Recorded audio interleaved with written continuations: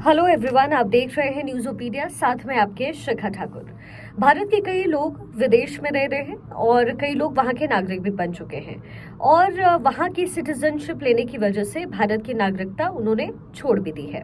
ये बात सामने आई है गृह मंत्रालय के आंकड़ों के मुताबिक। इन आंकड़ों के मुताबिक साल 2021 में 1,63,000 से ज्यादा लोगों ने भारत की नागरिकता छोड़ी और इनमें सबसे ज्यादा 78,000 से ज्यादा लोगों ने अमेरिका की नागरिकता ली। 23,500 से ज्यादा लोगों ने ऑस्ट्रेलिया की, 21,500 से ज्यादा लोगों ने कनाडा की नागरिकता ली, 300 लोगों ने चीन की नागरिकता भी ली है और 41 लोगों ने पाकिस्तान की। इसका ब्यौरा संसद में पेश दस्तावेज में है। एक तरफ सीए को लेकर के अब जो है कवायद चल रही है। सीए के जरिए भारत की नागरिकता लोगों को दी जा रही है, लेकिन इसी बीच जो आंकड़े सामने आए हैं वो चौंकाने वाले हैं। लेकिन ऐसा क्यों है, इसकी वजह भी हम आपको बताते हैं।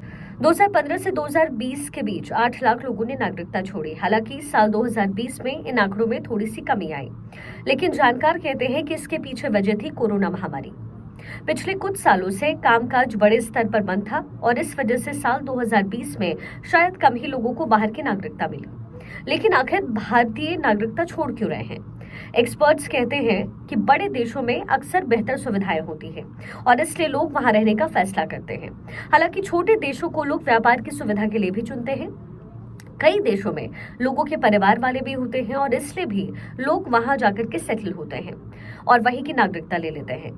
लोगों का यह भी कहना है कि भारतीय पासपोर्ट की वजह से लोगों को दिक्कत होती है और इसलिए भी भारत की नागरिकता लोग छोड़ते हैं, क्योंकि उन्हें यूरोप जैसे कई देशों में जाना होता है तो वीजा को लेकर के समस्या होती है। ऐसा दावा उन लोगों का है जिन्होंने भारत की नागरिकता छोड़ी है।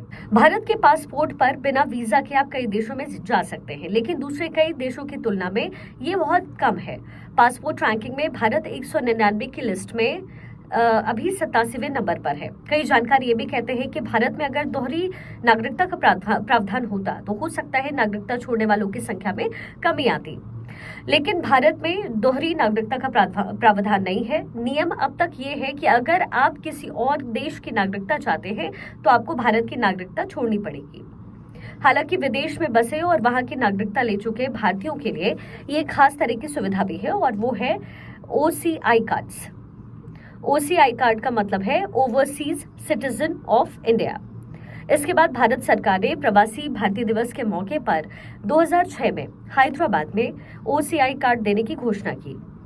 काफी वक्त तक ओआईसी कार्ड जो है वो दोनों चलन में रहा, लेकिन साल 2015 में पीआईओ का प्रावधान खत्म करके सरकार ने ओसीआई कार्ड का चलन जारी रखने की घोषणा की। ओसीआई के जरिए भारत में जीवन भर रहने, काम करने और सभी तरह के आर्थिक लेन देन करने की सुविधा मिल जाती है। ओसीआई का फायदा ये है कि इसके जरिए कोई भी शख्स जब चाहे बिना वीजा के भारत आ सकता है। साथ ही ओसीआई कार्ड जीवन भर के लिए मान्य भी होता है। अब सवाल ये है कि क्या आने वाले वक्त में भारत की नागरिकता छोड़कर दूसरे देशों की नागरिकता लेने वालों की संख्या बढ़ेगी या फिर घटेगी? देखिए, अब वर्ल्ड जो है डिफरेंट पैरामीटर पर तेजी से आगे बढ़ रहा है। भारत इकोनॉमी के क्षेत्र में भी तेजी से आगे बढ़ रहा है। 5वें पायदान से तीसरे तक पहुंचने का जो संकल्प है वो प्रधानमंत्री का है। और अगर आप एग्रीकल्चर लें या टेक्नोलॉजी लें या फिर कामकाज लें, तो इस समय पूरी दुनिया भारत को देख रही है।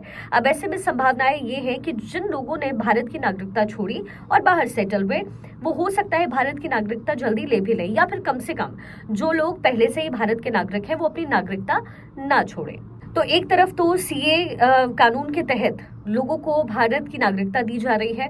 बांग्लादेश, अफगानिस्तान और पाकिस्तान से जो माइनॉरिटीज है जैसे हिंदू, सिख, ईसाई, क्रिश्चियन, इन लोगों को नागरिकता भारत की दी जाएगी।